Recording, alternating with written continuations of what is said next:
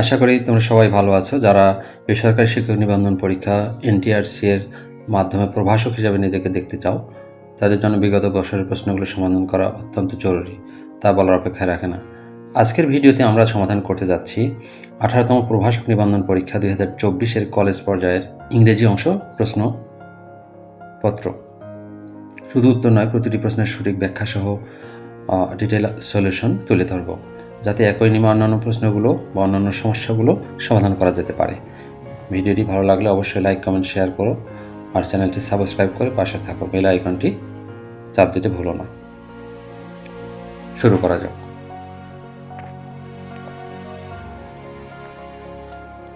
To read between the lines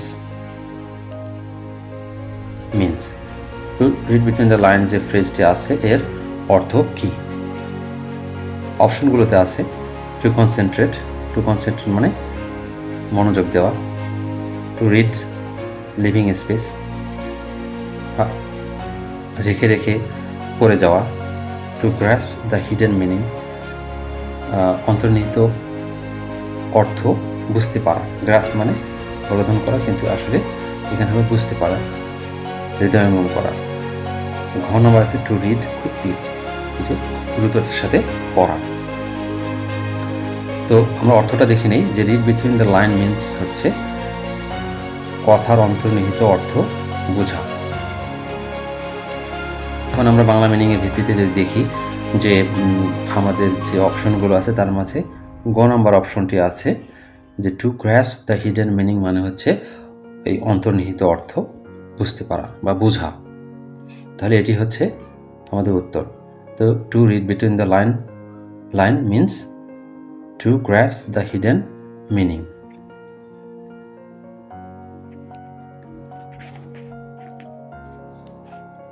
The adjective form of contribution.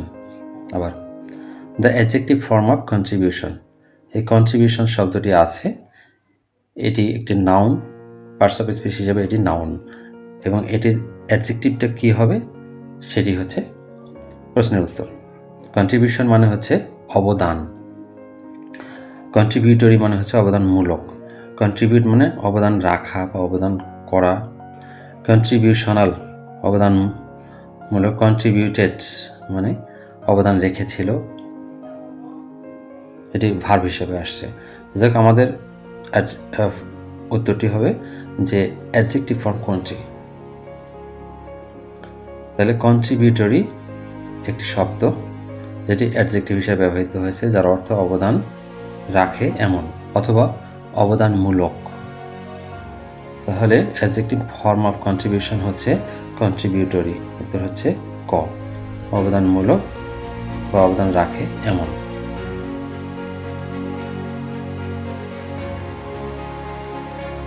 I would have called her dash, I would have called her, তাহলে কি হবে প্লাঙ্কিং।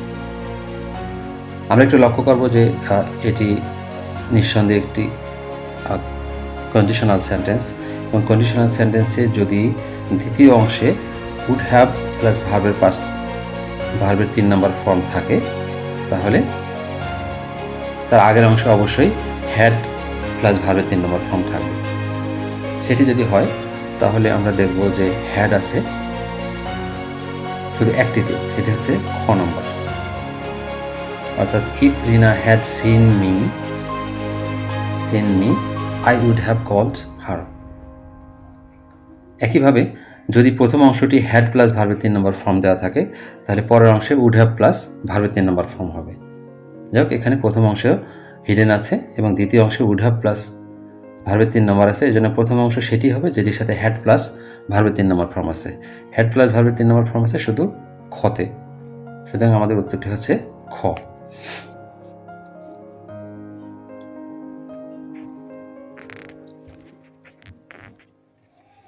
Do you enjoy teaching? The underlined word is, underline word যেটি আছে সেটি কি? ক noun, খ participle, গ জিরান্ট, ঘ প্রোনাউন। আমরা লক্ষ্য করব যে টিচ একটি ভার্ব, তার সাথে আইএনজি যুক্ত হয়ে এখানে টিচিং শব্দটি বসেছে, এবং এই টিচিং শব্দটি একটা প্রফেশনের নাম বোঝাচ্ছে। একটা পেশার নাম বোঝাচ্ছে।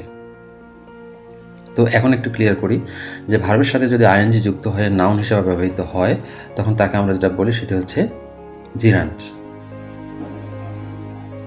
তাহলে আমাদের উত্তরগুলো যে উত্তরগুলো আছে তাহলে আমাদের উত্তরটি হবে হলো গ, gerund. Do you enjoy teaching? The underlined word is a gerund.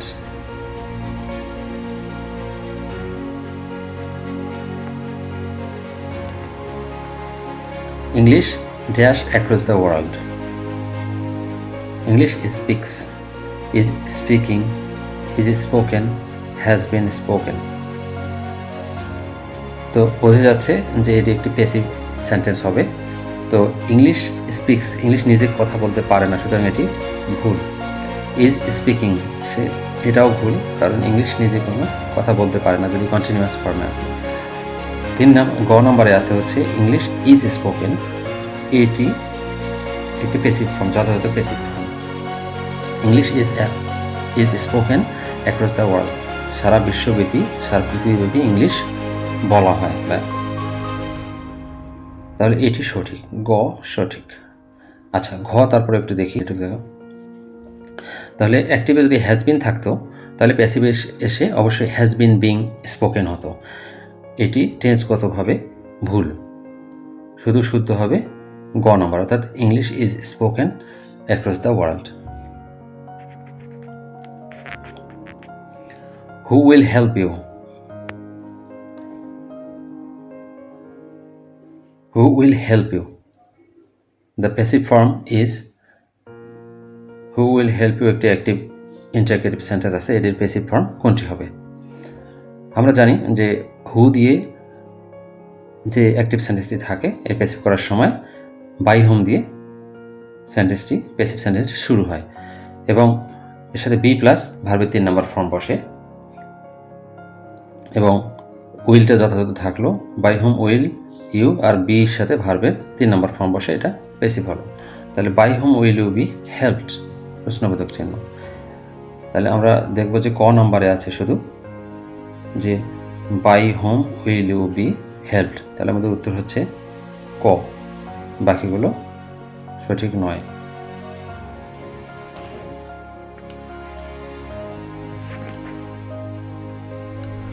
I am used to dash in crowded place.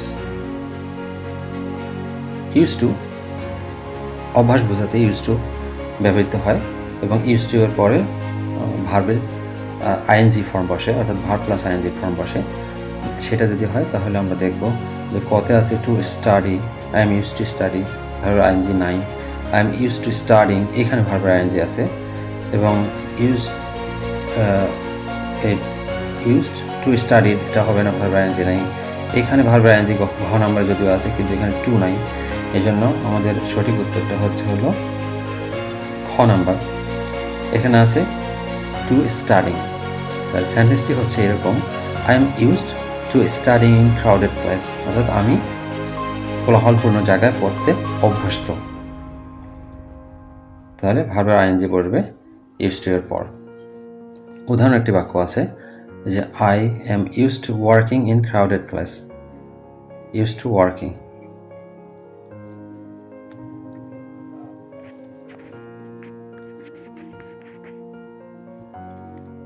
A speech full of many words. Speech বক্তৃতা, ফুল অফ ম্যানি ওয়ার্ডস, যে বক্তৃতা অনেক বেশি শব্দ থাকে সেটিকে কি বলা হবে? ক আছে লার্জ স্পেস, বড় একটি বক্তৃতা। অ্যান অর্নামেন্টাল স্পেস, একটা বক্তৃতা যেখানে অনেক অলঙ্কারপূর্ণ শব্দ ব্যবহার করা হয়। গ নম্বরে আছে made in space, made in space মানে হচ্ছে প্রথম বক্তৃতা।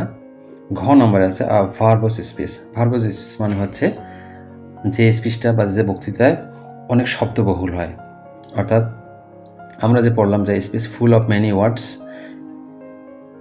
এটা হচ্ছে সেই বক্তৃতা যেখানে যে বক্তৃতাতে বলা হয় ভার্বস স্পিচ, অর্থাৎ একটি ভার্বস স্পিচে অনেক ওয়ার্ড থাকে। তার উত্তর হবে ঘ, a speech full of many words is a verbs speech.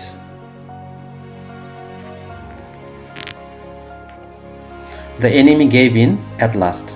Here gave in, এই যে ফ্রেজটা আছে গেভ ইন অর্থ কি? গেভ ইন অর্থ হচ্ছে আত্মসমর্পণ করা বা পরাজয় স্বীকার করা।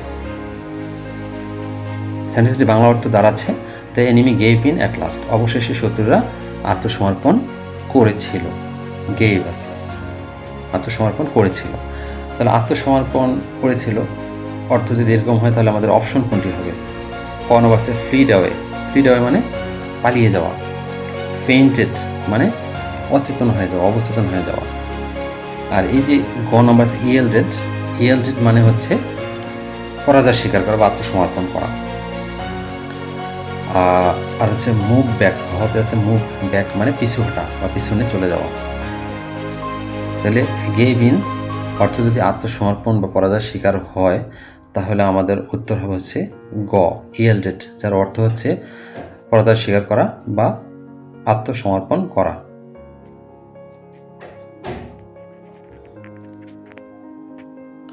The phrase get the axe means get the axe অর্থ কোনটি? প্রথমে জেনে নেই গেট দ্য অ্যাক্স এই যে ফ্রেজটি আছে এর অর্থ হচ্ছে চাকরি থেকে বরখাস্ত হওয়া, অর্থাৎ চাকরিচ্যুত হওয়া। সেটি যদি হয় আমরা অপশনগুলো দেখি। কতে আছে গেট আ নিউ জব, একটা নতুন চাকরি পাওয়া। লুজ দ্য জব, চাকরি হারানো। গ আছে কাট অফ রিলেশনশিপ, সম্পর্ক কাট অফ করা। ঘতে আছে গেট অ্যান অপরচুনিটি, একটি সুযোগ পাওয়া। তাহলে চাকরি বরখাস্ত হওয়া বা চাকরি চলে যাওয়া বোঝাতে যেটি বোঝাচ্ছে সেটি হচ্ছে খ নাম্বার লুজ দ্য জব, অর্থাৎ get the axe means lose the job.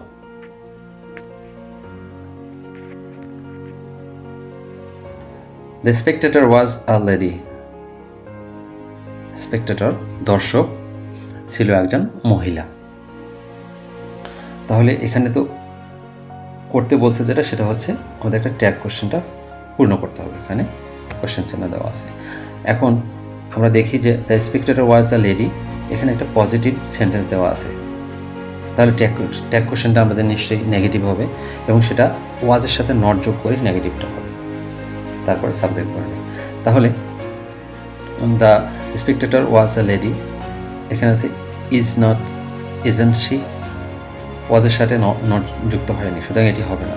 আবার ওয়াজ শি, যেহেতু ওয়াজের সাথে নট বাধ্যতামূলক এখানে হবে, এই জন্য এটিও ভুল। আচ্ছা, এরপরে গ নম্বর আছে wasn't she, was not, wasn't. তাহলে এটি আমাদের কন্ডিশনটা ফিল আপ করতেছে যে ওয়াজের সাথে নট যুক্ত হবে এবং তারপরে সাবজেক্টটা বসবে। তাহলে আমাদের উত্তর হচ্ছে গ। সেন্টেন্সটি হচ্ছে the spectator was a lady, wasn't she?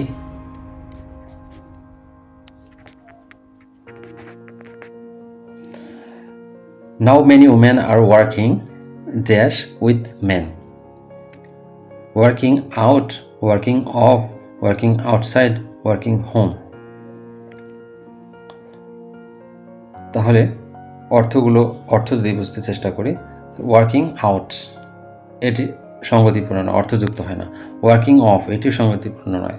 Working outside মানে হচ্ছে বাহিরে কাজ করছে, উইথ মেন পুরুষদের সাথে বাহিরে কাজ করছে, এটি অর্থপূর্ণ। ঘ নম্বরে আছে ওয়ার্কিং হোম, এটি হয় না। যদি থাকতো ওয়ার্কিং অ্যাট হোম তাহলে একটা এসেনশিয়াল এই যে প্রিপোজিশন থাকলে এটি উত্তর হতে পারতো, কিন্তু এখন আমাদের উত্তর হলো গ। Now many women are working outside with men. এখন অনেক মহিলাই বাহিরে পুরুষদের সাথে কাজ করছে, উত্তর হচ্ছে go outside. The verb form of deceit মানে হচ্ছে প্রতারণা। এটি হচ্ছে নাউন অবস্থায় আছে, তাহলে এটি ভার্ব ফর্ম করতে হবে আমাকে। তার প্রতারণা এর ভার্ব ফর্ম হবে প্রতারণা করা। তাহলে গ নম্বর একটু লক্ষ্য করি, ডিসিভ, এই প্রথম অপশনটাই আছে। ডিসিভ মানে হচ্ছে প্রতারণা করা। আর ডিসাইসিভ অর্থ আছে হচ্ছে সিদ্ধান্তমূলক, এটি এর সাথে সঙ্গতিপূর্ণ নয়। ডিসিভিং, এটি হচ্ছে ডিসিভিং প্রতারণামূলক। আর হচ্ছে ডিসিটফুল মানে হচ্ছে প্রতারণাপূর্ণ। তো আমাদের ভার্ব যেটি হবে সেটি হচ্ছে ডিসিভ। ডিসিভ মানে প্রতারণা করা, এটি হচ্ছে ভার্ব। তাহলে the verb form of deceit is deceive.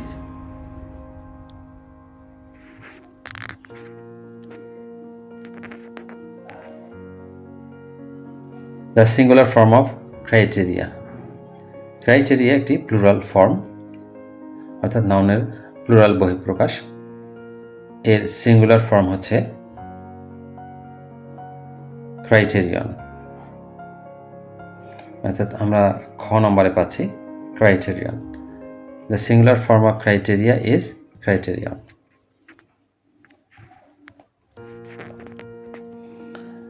Dash mother rose in her. The mother, mother, an mother, no article. কোন আর্টিকেলটি বসবে? এই যে মাদার শব্দটি এখানে আছে, এই মাদার শব্দটির অর্থ এখানে মা নয়, বরং এর অর্থ হচ্ছে মাদারলি অ্যাফেকশন। অর্থাৎ মাদারলি, এই শব্দটি মাদারলি অ্যাফেকশন যদি বোঝায় তাহলে তার আগে দি বসে। তাহলে তোমাদের উত্তর হচ্ছে ক, দ্য মাদার রোজ ইন হার, যার বাংলা অর্থ হচ্ছে যে তার মাঝে মাতৃত্ব জেগে উঠল, তার মাঝে মাতৃত্ব সুলভ স্বভাব জেগে উঠল। তাহলে the mother rose in her, answer হচ্ছে ক।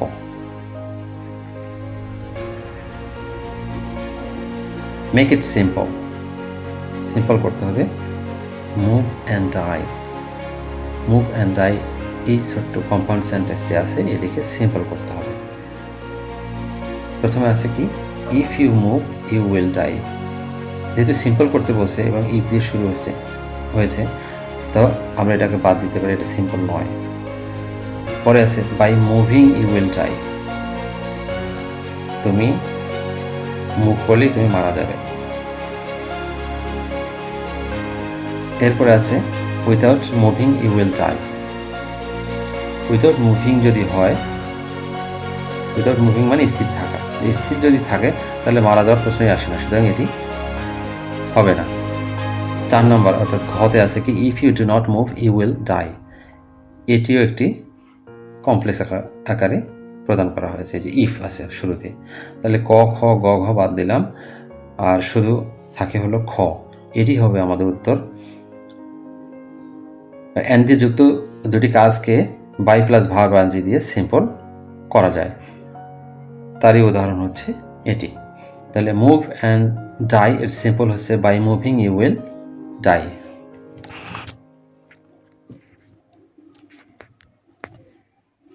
The synonym of intimidate.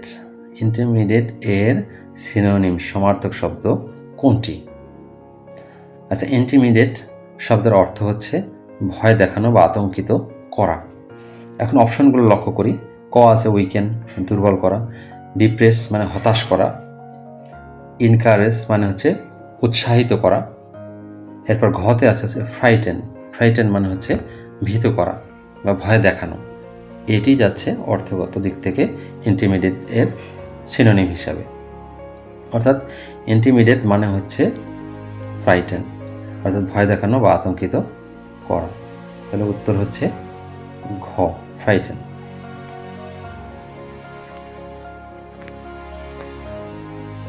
Choose the correct answer. সঠিক উত্তরটি বাছাই করুন। A few number of students were present. A few number of students was present. A few number of students were present. A small number of students were present. একটু লক্ষ্য রাখতে হবে, a few number of এই এক্সপ্রেশনটি আছে এটি ভুল। এই প্রথম তিনটি আছে a few number of আছে, এই এক্সপ্রেশনগুলো ভুল।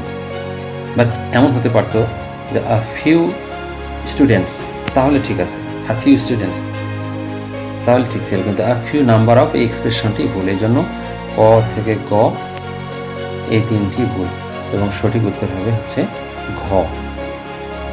আ small number of students were present, plural verb ব্যবহৃত হবে, তার উত্তরটা হচ্ছে ঘ।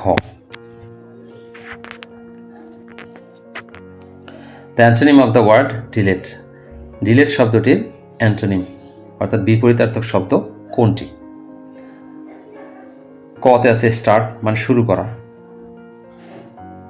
তাহলে ডিলেটের অর্থটা আমরা ক্লিয়ার করে নিই। ডিলেট মানে অর্থ হচ্ছে মুছে ফেলা বা তুলে দেওয়া।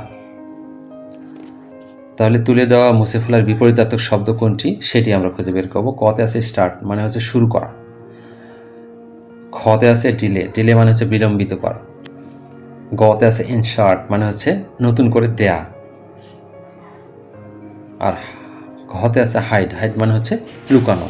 তাহলে অর্থগত দিক থেকে আমরা দেখব ডিলেট এর বিপরীত শব্দ হচ্ছে ইনসার্ট। ডিলেট মানে হচ্ছে মুছে ফেলা বা তুলে ফেলা, ইনসার্ট মানে হচ্ছে নতুন করে দেওয়া বা প্রবেশ করানো। তাহলে আমাদের উত্তর হচ্ছে গ। A letter is going to be written by me. Active, এটি প্যাসিভ অবস্থায় আছে এবং এটার অ্যাক্টিভটা আমাদের বের করতে হবে।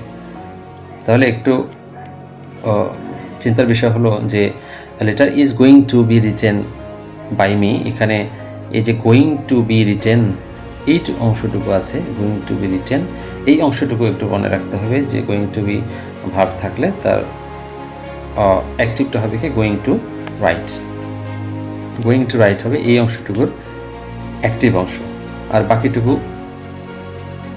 বাকি অংশটুকু এরকম হবে নর্মালি যেভাবে প্যাসিভ থেকে অ্যাক্টিভ হয়। বাই মিটাকে আমরা করে দিলাম কি আই, ইজ আছে ইজ বি, ইজ বিংটা উঠে গেল, চলে আসলো এখানে অ্যাম হয়ে গেল এটা, তাহলে I am. Are going to writes এটা গোয়িং টু বি রিটেনের অ্যাক্টিভ ফর্ম বসলো, আর লেটার এখানে এসে অবজেক্ট পরিণত হবে, অর্থাৎ a letter is going to be written by me এর অ্যাক্টিভ হচ্ছে I am going to write a letter। অপশনগুলো লক্ষ্য করলে দেখব কতে আছে I am going to write a letter, অর্থাৎ এই ক নাম্বারই আমাদের উত্তর, কারণ আমাদের যে সমাধানটা করলাম তার সাথে মিলে যাচ্ছে হচ্ছে ক নাম্বার।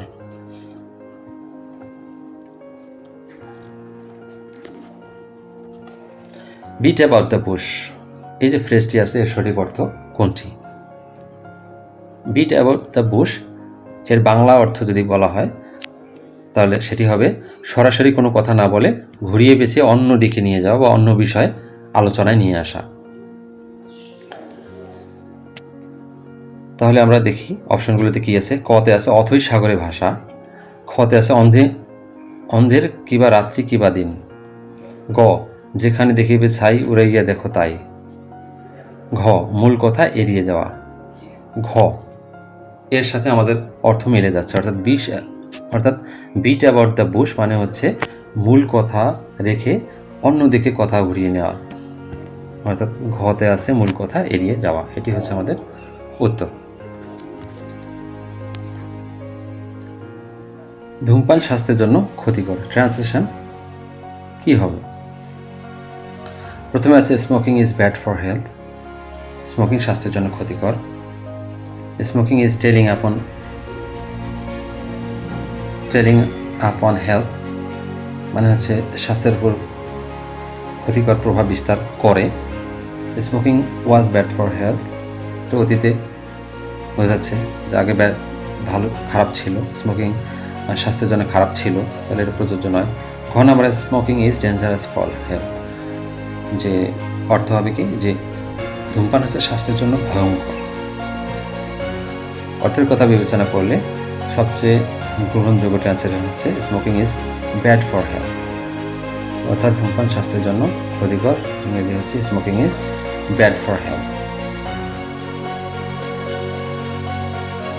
অবশ্যই এটা এমনও আসতে পারে যে ধূমপান স্বাস্থ্যের জন্য ক্ষতিকর হতে পারে, যে ইংলিশ যে smoking is detrimental for health, অথবা smoking is harmful for health, but dangerous ভয়ঙ্কর এটি গ্রহণযোগ্য নয়। সঠিকটি হবে হচ্ছে smoking is bad for health.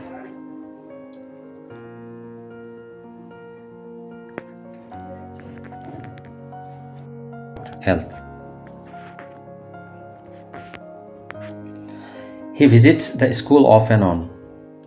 Of and on এই যে ফ্রেজটি আছে মিনস এর অর্থ কি? He visits the school off and on. Off and on মানে হচ্ছে মাঝে মাঝে বা অনিয়মিতভাবে। সেন্টেন্সটি বাংলা অর্থ দাঁড়াচ্ছে হি visits the school off and on মানে হচ্ছে তিনি মাঝে মাঝে স্কুলটি পরিদর্শন করেন। এখন অফ অ্যান্ড অনের অর্থ আমরা খুঁজি অপশনগুলো থেকে যে মাঝে মাঝে অর্থ কোনটি বোঝায়। রেগুলারলি নিয়মিত, ফ্রিকুয়েন্টলি মানে বারবার, নেভার অ্যাট অল কখনোই না, অকেশনালি মানে হচ্ছে মাঝে মাঝে। তাহলে অফ অ্যান্ড অন অর্থ যাচ্ছে হচ্ছে অকেশনালি শব্দের সাথে। তাহলে আমাদের উত্তর হচ্ছে ঘ। হি visit the school occasionally.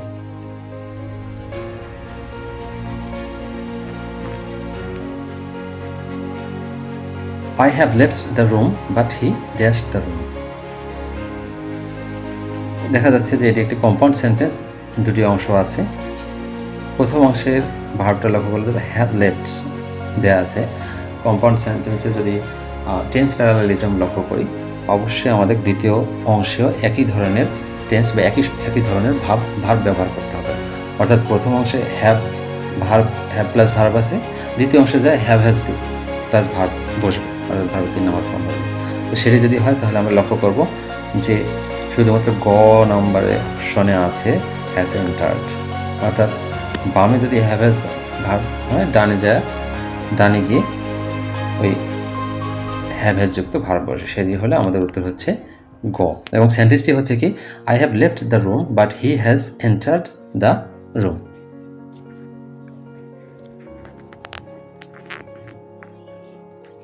What is the time dash your watch. By your watch একটি ইডিওমেটিক এক্সপ্রেশন এবং কারো ঘড়ি অনুযায়ী সময় এখন কত তা বোঝাতে বাই ইয়ার ওয়াচ এই এক্সপ্রেশনটি বা এই ইডিওমেটিক এক্সপ্রেশনটি ব্যবহার করা হয়। এজন্য আমাদের উত্তর হবে গ। What is the time by your watch, in, at বা টু এগুলো প্রযোজ্য নয়। তো তাহলে এর সাথেই শেষ হচ্ছে আজকের এই অংশের ইংরেজি প্রশ্নগুলোর উত্তর ব্যাখ্যা আলোচনা। পরবর্তী ব্যাখ্যা আলোচনা বা অন্যান্য আমন্ত্রণ জানিয়ে শেষ করছি আজকে আলোচনা। আল্লাহ হাফেজ।